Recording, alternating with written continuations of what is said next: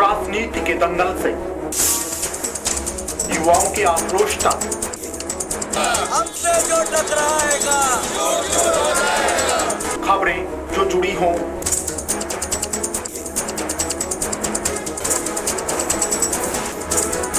या फिर अपराध जगत से या फिर जनता और प्रशासन का हो आमना सामना।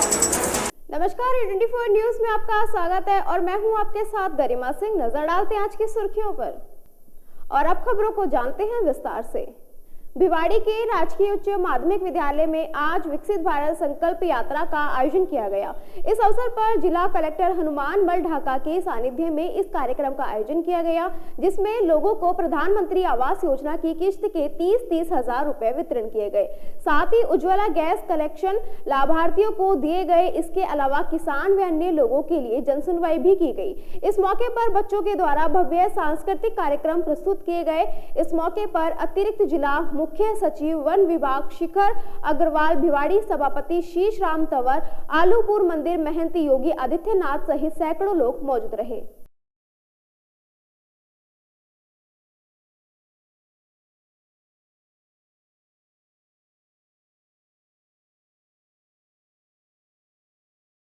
गया था, देखा किसी ने ताकि आपकी दुकान का लॉक टूटा पड़ा है। आके देखा सामान बिखरा पड़ा था। 3,500 रुपये गले से और 18,000 रुपये एक अलग रैक में रखे थे। वो इतने पैसे लेके गए हैं। सामान तो कुछ लिया नहीं, बस इधर उधर बिखरा पड़ा था सारा। तो क्या पुलिस में कोई रिपोर्ट वगैरह आपने दर्ज करी? पुलिस को फ़ोन किया, 1 घंटे बाद पुलिस आई और वो लेके गए हैं लिख के। अभी FIR तो की नहीं है, वो भी करके आ रहा हूँ, एप्लीकेशन देख।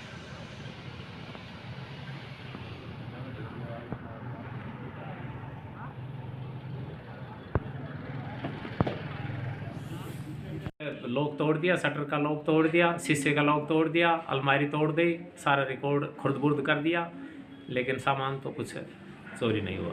पहले पूर्व में भी कुछ? हाँ, पूर्व में 2 साल पहले चोरी हुई थी, जिसमें 2,10,000 कैश गया था, लेकिन सामान तब भी नहीं गया था। उसके बारे में थोड़ा बताइए।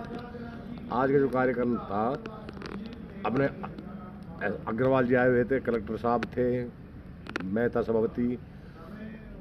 जो मकानों किस्तों पैसे दिए गए थे 30,000 रुपये प्रधानमंत्री योजना, वो पैसे दिए हैं। और जो उज्ज्वल में कनेक्शन दिए सिलेंडर के, वो फ्री दिए गए हैं।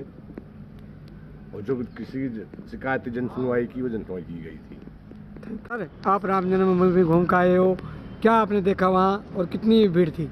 जय श्री राम। वहाँ तो जय श्री राम ही जय श्री राम राम था, राम ही राम था। वहाँ कुछ व्यवस्थाओं की वजह से विशेष प्रतिनिधियों को बुलाया गया था और राम के लिए वहाँ सभी लोग पूरे भाव विभोर थे और पूरी विश्व की जनता नज़रें अयोध्या पर टिकाए हुई थी। और अयोध्या में इतनी भीड़ थी, पर विशेष सुरक्षा व्यवस्थाओं की वजह से राम जन्मभूमि रामलला मंदिर में विशेष प्रतिनिधियों को ही, जिनका निमंत्रण था, उन्हीं को आमंत्रित किया गया था, वही उन्हीं का प्रवेश था। सर, आप पहुँचे, किन किन कठिनाइयों का सामना करना पड़ा आपको? कोई कठिनाइयाँ नहीं आई विशेष तौर से, क्योंकि मेरा निमंत्रण था और निमंत्रण वाले जो भी प्रतिनिधि थे, जो भी गए थे, उनको कोई कठिनाई नहीं, सुविधाएं थी। और वो तो राम जन्मभूमि में गए थे हम, वहाँ किसी भी प्रकार की कोई कठिनाई नहीं हो सकती, क्योंकि अब राम राज्य आ गया है भारत में। तो अब तो आगे प्रत्येक व्यक्ति की कठिनाइयां दूर भागती दिखाई दे रही हैं। Thank you. कठुमर कस्बे में 67वीं राष्ट्रीय विद्यालय सॉफ्टबॉल खेलकूद प्रतियोगिता में कांकरोली की छात्रा आशाना कुमारी ने सबसे ज्यादा स्कोर देकर राजस्थान टीम को गोल्ड मेडल दिलाकर राष्ट्रीय प्रतियोगिता में नाम रोशन किया है।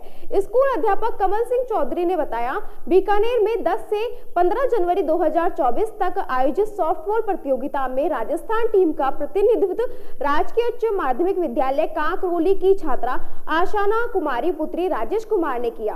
राजस्थान टीम ने कुल 7 प्रदेशों की टीमों से मैच जीते। वहीं फाइनल में राजस्थान ने पंजाब को हराकर गोल्ड मेडल प्राप्त किया और राष्ट्रीय विजेता बनी। इस पर राजकीय उच्च माध्यमिक विद्यालय कांकरोली में आशाना के सम्मान में समारोह आयोजित किया गया, जिसमें विद्यालय स्टाफ द्वारा छात्रा आशाना कुमारी और कोच पुखराज परिहार को सम्मानित किया गया। इस अवसर पर प्रकाश चंद चौधरी ने आशाना को 5100 रुपए पुरस्कार स्वरूप दिए। कार्यक्रम में करण सिंह, सरपंच रेखा, वकील चौधरी बाबू, अर्जुन सिंह राजपूत, संतोष गर्ग आदि लोग उपस्थित।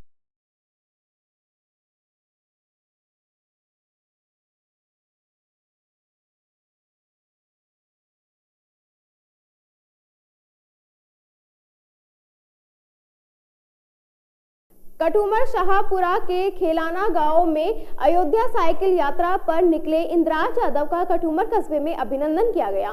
कठूमर भाजपा मंडल अध्यक्ष सुनील बजाज ने बताया, शाहपुरा पाटवा के खेलना गांव निवासी इंद्राज यादव राष्ट्रीय स्वयंसेवक संघ के कार्यकर्ता हैं। 22 जनवरी को भगवान राम की प्राण प्रतिष्ठा के बाद इंद्राज ने अयोध्या के लिए साइकिल से रवानगी ली। इस बार अभियान में हम सब इनके साथ हैं। वहीं साइकिल यात्री इंद्राज ने बताया, शाहपुरा से अयोध्या की करीब 750 किलोमीटर यात्रा को 10 दिवस में पूरा करने का लक्ष्य है, जिसमें वे पूरा कर लेंगे।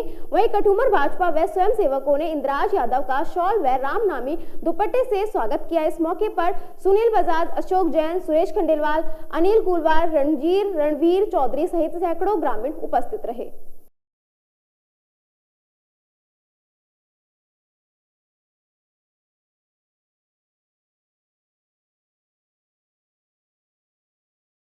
वैसे आपका परिचय? मेरा नाम इंद्राज है और गांव खेलना है पावटा के पास, जिला जयपुर। तो आप कहाँ जा रहे हो यहाँ से? अयोध्या। तो पावटा जो गांव है आपका, गांव खेलन बता रहे हैं आप, वहाँ से और अयोध्या की दूरी कितनी है और कैसे जा रहे हो? 750 किलोमीटर से ऊपर है। साइकिल से जा रहे हैं। साइकिल से जा रहे हैं। कब तक पहुँचने का लक्ष्य रहा है आपका? लक्ष्य 10 दिन का था। 10 दिन में पहुँच जाओगे आप। तो प्रतिदिन कितने किलोमीटर की यात्रा कर रहे हो आप? प्रतिदिन 60 और 70 के बीच साइकिल से चल रहे हैं। तो यहाँ इस बीच में भोजन व्यवस्था कैसे रहती है? क्या भोजन व्यवस्था हो जाती है। रुकना तो मंदिर में और जैसे भोजन व्यवस्था दिन में होटल से ऐसे कर। अच्छा, तो आपका संघ के स्वयंसेवक है, राष्ट्रीय स्वयंसेवक संघ के साथ? और फिर रात का स्टॉपेज जहाँ भी होता है ना, तो वहाँ से स्वयं सेवक है ना, वो ठहरने का स्थान मंदिर वगैरह बना लेते हैं। राजस्थान राज्य विधिक सेवा प्राधिकरण जयपुर के निर्देशानुसार राष्ट्रीय बालिका दिवस के अवसर पर आरती बालिका गृह अलवर देवेश फाउंडेशन जटियाना सेंटर पर विधिक जागरूकता शिविर का आयोजन किया गया। जिला विधिक सेवा प्राधिकरण की सचिव मीना मस्ती के द्वारा आरती बालिका गृह में बालिकाओं को उनके अधिकारों के बारे में अवगत कराया गया तथा विधिक जानकारी प्रदान की गई। इसी प्रकार देवेश फाउंडेशन जटियाना सेंटर पर शिवानी शर्मा, मंजू मीणा, पुलिस निरीक्षक PV आर्य के द्वारा शिक्षा के अधिकार, बालिकाओं के अधिकार तथा निःशुल्क विधिक सहायता के बारे में जानकारी प्रदान की गई। जिला विधिक सेवा प्राधिकरण की सचिव मीना मस्ती के द्वारा विवेकानंद नगर कालाकुआ स्थित अपना घर आश्रम अलवर का आकस्मिक निरीक्षण किया गया।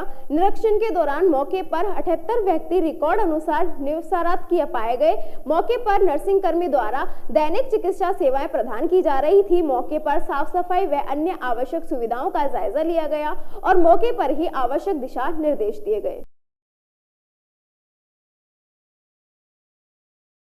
अलवर सिकंदरा मेगा हाईवे स्थित रिको औद्योगिक क्षेत्र से एक युवक का अपहरण कर 10 लाख रुपए मांगे जाने का मामला राजगढ़ थाने में दर्ज हुआ है। पुलिस के अनुसार ग्राम थाना राजाजी निवासी राम खिलारी पुत्र श्रवण कुमार यादव ने रिपोर्ट पेश कर बताया, 21 जनवरी 2024 को उसकी firm Shiv Shakti engineer works का उसका पुत्र सत्यनारायण या 29 वर्षीय फैक्ट्री एरिया त्रिवेणी काटा के पास खड़ा था। उसी समय एक बुलेरो गाड़ी आकर रुकी और उसके पुत्र को को बुलाकर पूछा कि शाम की फैक्ट्री कौन सी है, मेरे को बता दो, और गाड़ी में बैठा लिया। उसका पुत्र गाड़ी में बैठ गया और गाड़ी के अंदर 5 लोग सवार थे जिन्होंने उसे जबरदस्ती बैठाकर शराब मुंह में डाल दी और मोबाइल छीन लिया।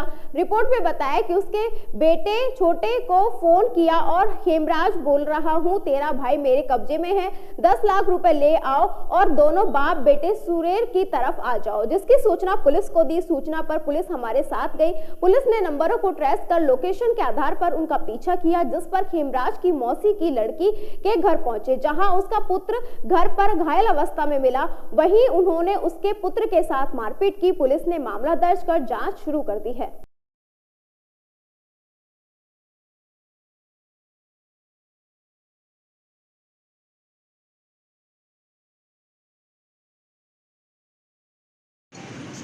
जी बताइए क्या मामला है? ये मामला यहाँ से बच्चे को उठा के ले गया, बोलेरो आई थी, वो बैठा के ले गया 5 जने आके। फिर पुलिस वालों को मैंने खबर दी। खबर देने के बाद में मेरे साथ लिए 3 जने, उन्हें नाकाबंदी करके पकड़ लिया। कहाँ पकड़ा? ये अपने रेडी के पास में नांगड़ गांव है, कोई उसके रिश्तेदार के घर जो ले गया, उसके कोई रिश्तेदार बताया।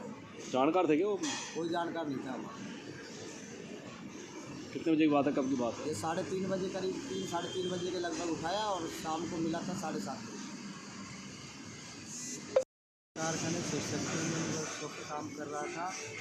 4-5 जने आए थे। उन्होंने मेरे को एक शाम से फैक्ट्री के बहाने पूछ के मेरे को गाड़ी में बैठा के और उनके वहाँ ले गए और मेरे से धमकी दी थी कि तुम्हारे भैया को, तुम्हारे पापा जी को बोलो कि 10 लाख रुपए लाए, वरना तेरे को जान से खत्म कर देंगे।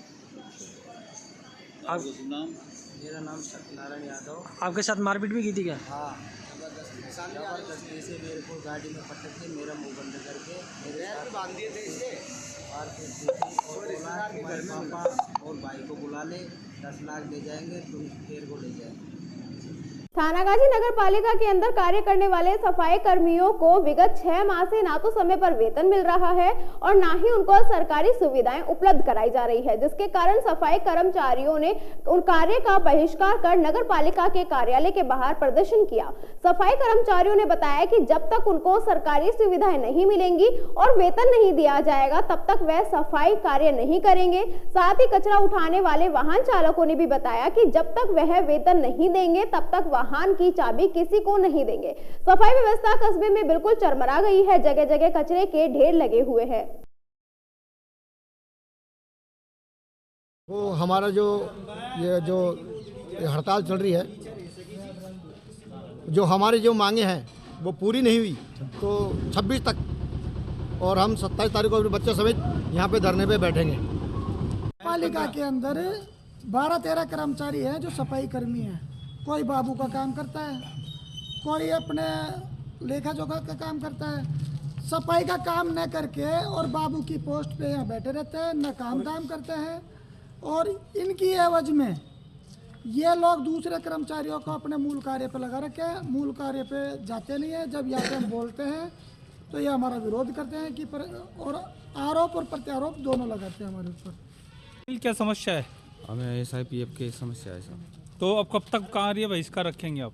अभी जब तक हमारे PF SI का नहीं मिलेगा, जब तक हमें हमारे कर्मचारी जो हटा रखे हैं उनको नहीं लगाएंगे, जब तक रहेगा। टीकम क्या समस्या है, क्यों काम नहीं कर रहे हो? सर समस्या तो बहुत है, पर जो हमारा जो मेन मुद्दा है ये SIPF का है। और जो हमारे जो कर्मचारी हैं जो ना पहले हटा दिया था, कोई लड़के हैं उनको हटा रखा, तो उनको कुछ काम पे लगाया जाए और हमारे SIPF दिलवाया जाए। 6 महीने हो गए और सैलरी भी जो रुकी हुई है जिन लड़कों की वो भी दिलाई जाए। कितने कर्मचारी काम कर रहे हैं आपके यहाँ अब तक? यहाँ पे सर टेंडर तो 3 का है ठेकेदारों का, जिसमें अलग अलग लेबर लगी हुई है। किसी का ज़्यादा है, कोई किसी का कम है, तो इस हिसाब से ठेकेदारों। क्या समस्या है, क्यों विरोध प्रदर्शन कर रहे हो? ना तो PF दे रहा, ना तनख्वाह बढ़ा रहा। कितने टाइम से? होगा 9-10 महीना तो हो गया। थानागाजी कस्बे में संचालित रामानंद महाविद्यालय के अंदर आज भारतीय जनता पार्टी नमो नव मतदाता सम्मेलन का कार्यक्रम किया गया, जिसके अंदर राजस्थान सरकार के पूर्व मंत्री हेम सिंह भड़ाना ने संबोधित करते हुए सभी मतदाताओं को भाजपा पार्टी के द्वारा चलाई जा रही जनहित की योजनाओं के बारे में जानकारी प्रदान की। इस मौके पर पूर्व मंत्री हेम सिंह भड़ाना के द्वारा सभी नव मतदाताओं का स्वागत किया गया और भारतीय जनता पार्टी के साथ जुड़ने का आभार जताया। कार्यक्रम के अंदर निदेशक सुरेश शर्मा, मंडल अध्यक्ष सरवण जांगीर सहित अनेक कार्यकर्ता मौजूद रहे। राजस्थान सरकार के प्रतिपक्ष नेता टीकाराम जूली का आज अलवर जिले में घुसते ही प्रतापगढ़ कस्बा अंतर्गत स्वागत किया गया। इस मौके पर प्रतापगढ़ से लेकर थानागाजी तक स्वागत द्वार बना करके प्रतिपक्ष के नेता टीकाराम जूली का स्वागत किया गया। थानागाजी विधायक कांति मीणा के समर्थन में सैकड़ों कार्यकर्ता पंचायत समिति परिसर पहुंचे। वहां पर सरपंच संघ के सानिध्य में उनका स्वागत किया गया और टीकाराम ने इस मौके पर कहा कि प्रतिपक्ष नेता होने का उनको पद मिला है, उसमें पूरे अलवर जिले के कार्यकर्ताओं की शान है। इस मौके पर थानागाजी विधायक कांति मीणा को लोकसभा का दौसा से कांग्रेस का टिकट नहीं देने की कार्यकर्ताओं ने मांग उठाई।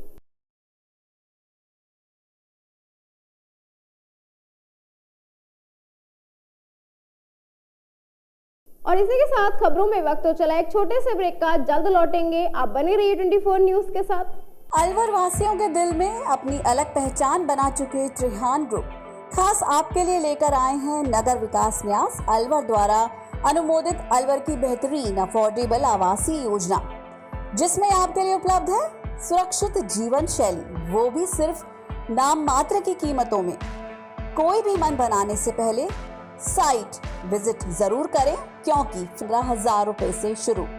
अलवर भिवाड़ी मेगा हाईवे पर स्थित ये टाउनशिप आपके लिए पूरी तरह से सेफ है, जहां भरे गार्डन, मंदिर और गुरुद्वारा विद फ्लैट्स उपलब्ध।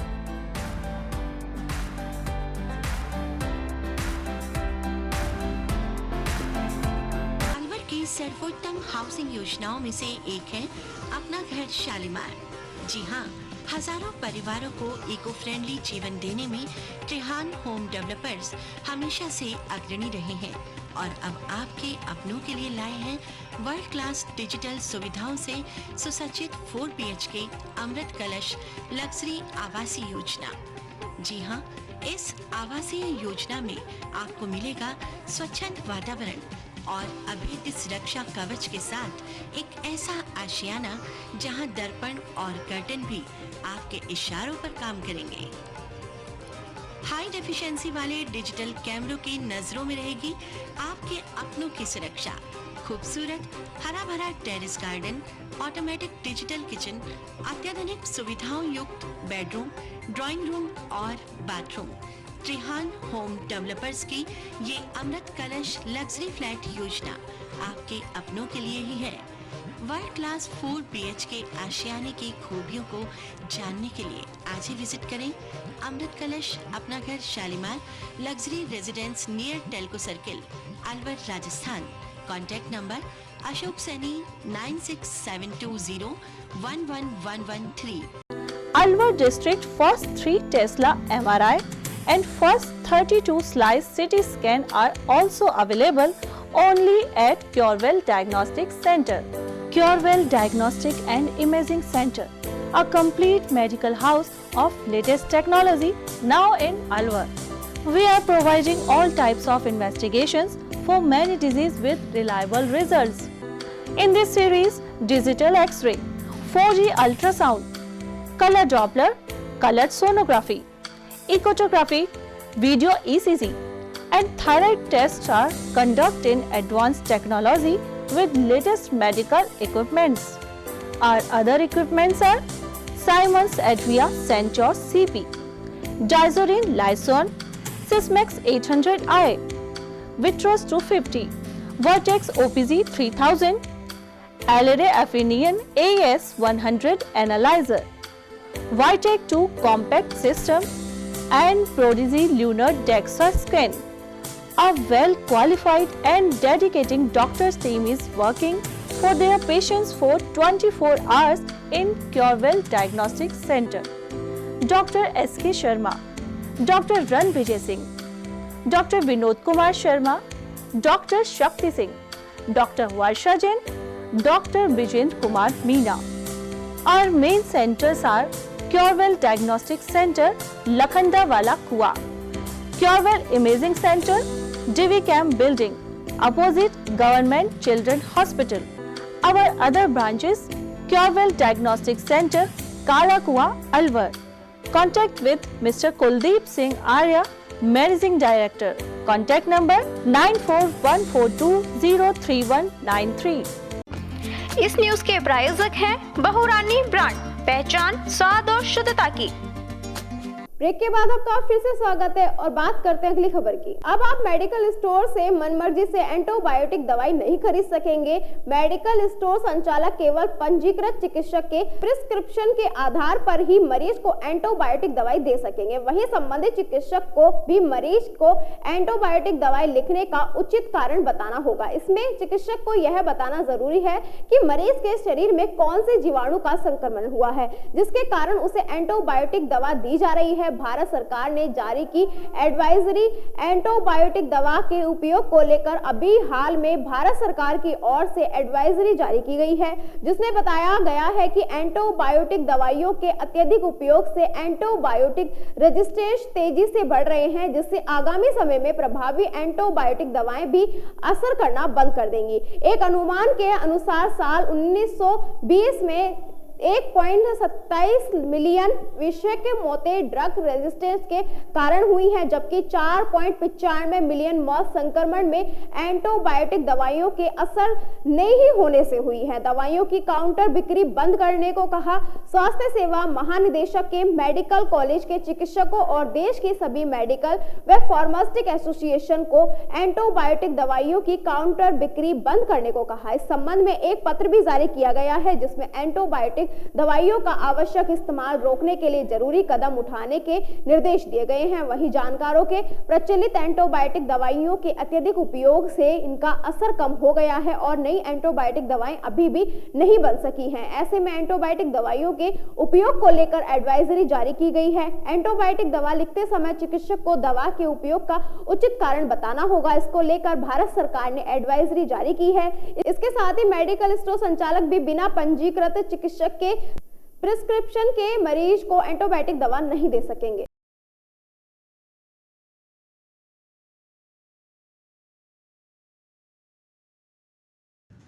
गवर्नमेंट ऑफ इंडिया द्वारा हाल ही में एक सर्कुलर जारी किया है। उसके तहत जितने भी मेडिकल हेल्थ इंस्टीट्यूट्स हैं उसको डायरेक्शन दी गई है कि वो दवाइयों के रैशनल यूज़ या एंटीबायोटिक्स के रैशनल यूज़ के बारे में प्रमोट करें, उनके बारे में जागरूकता करें, उसके बारे में सेंसिटाइज करें। दूसरा, उसमें डॉक्टर्स के रोल के लिए उसमें मेंशन किया गया है कि डॉक्टर्स जितने भी हैं वो एंटीबायोटिक्स को, एंटीमाइक्रोबल्स का यूज़ करें तो उसका इंडिकेशन मेंशन करें। साथ ही उसमें फार्मासिस्ट को डायरेक्शन दी गई है कि वो किसी भी तरह के जो भी एंटीबायोटिक्स का प्रिस्क्रिप्शन के बिना उसको ना दें, कोई भी वैलिड प्रिस्क्रिप्शन हो तभी एंटीबायोटिक्स को दें। और इसके साथ उन्होंने जितने भी डॉक्टर्स हैं उनको डायरेक्शन दी है कि अगर वो एंटीबायोटिक प्रिस्क्राइब करते हैं उसके लिए वैलिड रीज़न दें, उसका इंडिकेशन मेंशन करें और उसका जस्टिफिकेशन मेंशन करें। ऐसा इसलिए कि जारी किया है सर्कुलर कि हाल ही में एंटीबायोटिक रेजिस्टेंस के बहुत एक दुष्परिणाम सामने आ रहे हैं। एंटीबायोटिक रेजिस्टेंस आने वाले समय में नई एंटीबायोटिक्स है नहीं और आने वाले समय में हो सकता है एंटीबायोटिक्स अपन को मिले नहीं और एंटीबायोटिक रेजिस्टेंस का सामना करना पड़े। उन सबको देखते हुए गवर्नमेंट ऑफ इंडिया ने इस तरह का सर्कुलर जारी किया है। जिले में गणतंत्र दिवस पर पुलिस की ओर से सुरक्षा के कड़े इंतजाम रहेंगे। करीब 1000 पुलिसकर्मी सुरक्षा इंतजामों में तैनात किए जाएंगे। वहीं सुरक्षा इंतजामों के मद्देनजर पुलिस की ओर से मुख्य आयोजन स्थल इंदिरा गांधी स्टेडियम को सील कर दिया गया और वहां हथियारबंद पुलिस गार्ड तैनात कर दी गई हैं। गणतंत्र दिवस पर आयोजित होने वाले कार्यक्रमों में अलवर जिले के करीब 18 स्कूल के बच्चे भाग ले रहे हैं, जो विभिन्न सांस्कृतिक प्रस्तुति जिला पुलिस अधीक्षक आनंद शर्मा ने बताया कि गणतंत्र दिवस को लेकर सुरक्षा इंतजाम तैयार कर लिए गए हैं। वीआईपी मोमेंटो व सुरक्षा की कड़ी में जिला मुख्यालय पर करीब 350 से अधिक पुलिसकर्मी का जाब्ता लगाया हुआ है। गश्त नाकेबंदी बढ़ाई जा रही है। वहीं होटल, धर्मशाला और ढाबों पर चेकिंग की जाएगी। संदिग्ध लोगों पर निगरानी रखी जाएगी। वहीं रेलवे स्टेशन और बस स्टैंड सहित अन्य सार्वजनिक स्थानों पर विशेष रूप से पुलिस जाब्ता तैनात किया जाएगा। देखिए 26 जनवरी को राष्ट्रीय पर्व है, इसको देखते हुए जो है अलवर पुलिस पूरी मुस्तैदी से कार्रवाई कर रही है। हमने सभी होटल ढाबों की चेकिंग, नाकाबंदी और जो रूटीन गश्त है उसको थोड़ा सा बढ़ाया है। स्टेडियम पे को हमने सील किया है, उसकी एंटी सैबोटाज चेक हुई है और कल जो प्रोग्राम है उसके दौरान जो वीआईपी मूवमेंट और जो सुरक्षा व्यवस्था है उसमें करीब 350 जवानों का जिला मुख्यालय पर और विभिन्न उपखंडों पर जहाँ भी आयोजन होगा वहाँ संबंधित थानाधिकारी और वृत्ताधिकारी अपने स्तर पर प्रोग्राम जो है सुरक्षा व्यवस्था सुनिश्चित करेंगे। अलवर नगर निगम ने एक फर्जी पट्टे को निरस्त किया है। नगर निगम आयुक्त मनीष फौजदार ने बताया कि नंगली सर्किल पर प्लॉट नंबर 1 386 वर्ग मीटर का पट्टा गत वर्ष 27 अप्रैल को बना था। यह मेरे आने से पहले का प्रकरण है। जिस सूचना मिली तो इसका रिकॉर्ड देखा गया, जिसे निरस्त किया गया है। सब रजिस्ट्रार कार्यालय में भी इसका रजिस्ट्रेशन हो गया था, वहां भी इसे निरस्त करने के लिए लिखा है। आगे की कार्यवाही की जा रही है। एक आवेदन 69 प्रशासन सैरोगेशन के एक आवेदन किया गया था और ये तकरीबन 1 साल पहले किया गया था और मेरे कार्यकाल से पहले का है और जिसमें एक फर्जी पट्टा उसके बाद जारी हुआ प्लॉट नंबर 1 नगली सर्किल का और जैसे हमें जानकारी प्राप्त हुई 2186 वर्ग मीटर का है और ये 27 अप्रैल को जो है ये दर्ज हुआ, जो कि मेरे आगमन के बाद दर्ज हुआ। इसकी जांच कर रहे हैं हम लोग और जैसे हमें सूचना मिली और इसका रिकॉर्ड हमें प्राप्त हुआ, पत्रावली देखी गई तो हमारे यहाँ से जारी नहीं होना पाएगा, लेकिन रजिस्ट्रार सब रजिस्ट्रार कार्यालय में ये रजिस्ट्रेशन हो गया था। हमने सब रजिस्ट्रार कार्यालय में पत्र लिखा है इसे निरस्त करने का और हमारे स्तर से इसे निरस्त कर दिया गया है इस पट्टे को, क्योंकि ये 69 में जारी होता, अगर जारी भी होता तो 69 में जारी होता फ्री होल्ड पट्टा के फॉर्मेट में जारी हुआ है, बिल्कुल गलत है और इसकी आगामी जांच भी कर रहे हैं हम लोग और इसमें आगे जो भी कार्रवाई कानूनी हो सकती है वो करेंगे। इसकी कोई फाइल नहीं थी? पत्रावली लगी हुई थी जिसमें किसी प्रकार का पट्टा जारी नहीं हुआ, ये अलग से पट्टा पाया गया हमें और ये जो है पट्टा इसको रजिस्टर्ड भी करवा लिया गया था। इसमें किसी अधिकारी कर्मचारी का कोई? इसकी जांच कर रहे हैं हम लोग, जैसी जांच होगी तो इसमें अलग से हम कानूनी कार्रवाई प्रस्तावित करेंगे। अलवर महिला चिकित्सालय में पिछले काफी लंबे समय से ऑपरेशन थिएटर में जाने के लिए लगी हुई लिफ्ट खराब होने के चलते प्रसूताओं को काफी परेशानी का सामना करना पड़ रहा है। ऐसे में ऑपरेशन के लिए जाने वाले प्रसूताओं को स्ट्रेचर पर लिटाकर रैंप में माध्यम से ऑपरेशन थिएटर तक ले जाया जा रहा है। अस्पताल प्रशासन ने लिफ्ट सही करवाने के लिए मेडिकल रिलीफ सोसाइटी की बैठक में जिला कलेक्टर के सामने लिफ्ट खराब होने की समस्या को रखा, जिस पर जिला कलेक्टर ने नगर विकास न्यास अधिकारी को निर्देश किया और खराब पड़ी लिफ्ट को जल्द ही ठीक करवाया जाए, लेकिन अभी तक नगर विकास न्यास के द्वारा खराब पड़ी लिफ्ट को शुरू नहीं किया गया है। ऐसे में अस्पताल प्रशासन ने कई बार नगर विकास न्यास को लिफ्ट सही करने के लिए पत्र भी लिखे, लेकिन इसके बावजूद भी लिफ्ट सही नहीं हो पा रही है। इस मामले को लेकर अस्पताल के प्रमुख चिकित्सा अधिकारी डॉक्टर सुनील चौहान से बात की गई तो उन्होंने बताया कि महिला अस्पताल में खराब पड़ी लिफ्ट को शुरू करवाने के लिए मेडिकल रिलीफ सोसाइटी की बैठक में रखा गया और इस पर जिला कलेक्टर ने जल्द ही लिफ्ट को सही करवाने के लिए नगर विकास न्यास अधिकारी को निर्देशित किया। काफी बार उन्होंने भी पत्र लिखे भी नगर विकास न्यास को लिखे हैं, लेकिन अभी तक लिफ्ट सही नहीं हो पाई है। ऐसे में अब लिफ्ट सही करवाने के लिए जिला कलेक्टर को दोबारा से पत्र लिखकर संबंधित समस्या के लिए अवगत कराए जाएंगे, जिससे कि लिफ्ट सही हो और प्रसूताओं को कोई परेशानी का सामना न करना पड़े।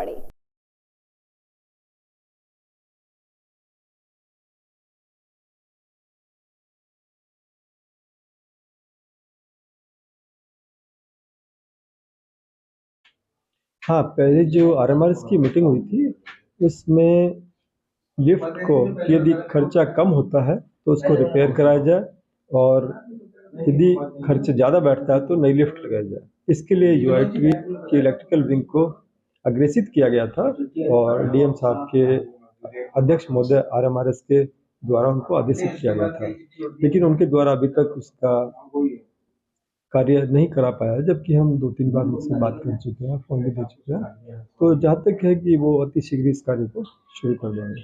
अभी तक क्या है कि आप वैकल्पिक व्यवस्था चल रही है रैंप के माध्यम से? हाँ जी, बिल्कुल रैंप के माध्यम से मरीजों को ले जाया जा रहा है और वो वैकल्पिक व्यवस्था हमेशा ही तैयार रहती है। ठीक है। और चलते चलते नजर डालते हैं आज के सुर्खियों पर। खबरों में बस इतना ही। आप बने रहिए 24 न्यूज के साथ। नमस्कार। अब हर खबर पर होगी नजर। अलवर जिले का सबसे पुराना news channel A24 news, Alwar जिले का बढ़ता हुआ media network, GTPL channel number 1 @4। निदेशक खेमचंद शर्मा। Contact now 9251413333। आप हमसे व्हाट्सएप पर भी संपर्क कर सकते हो। राजनीति के दंगल से युवाओं की आक्रोश तक हमसे जो टकराएगा खबरें जो जुड़ी हों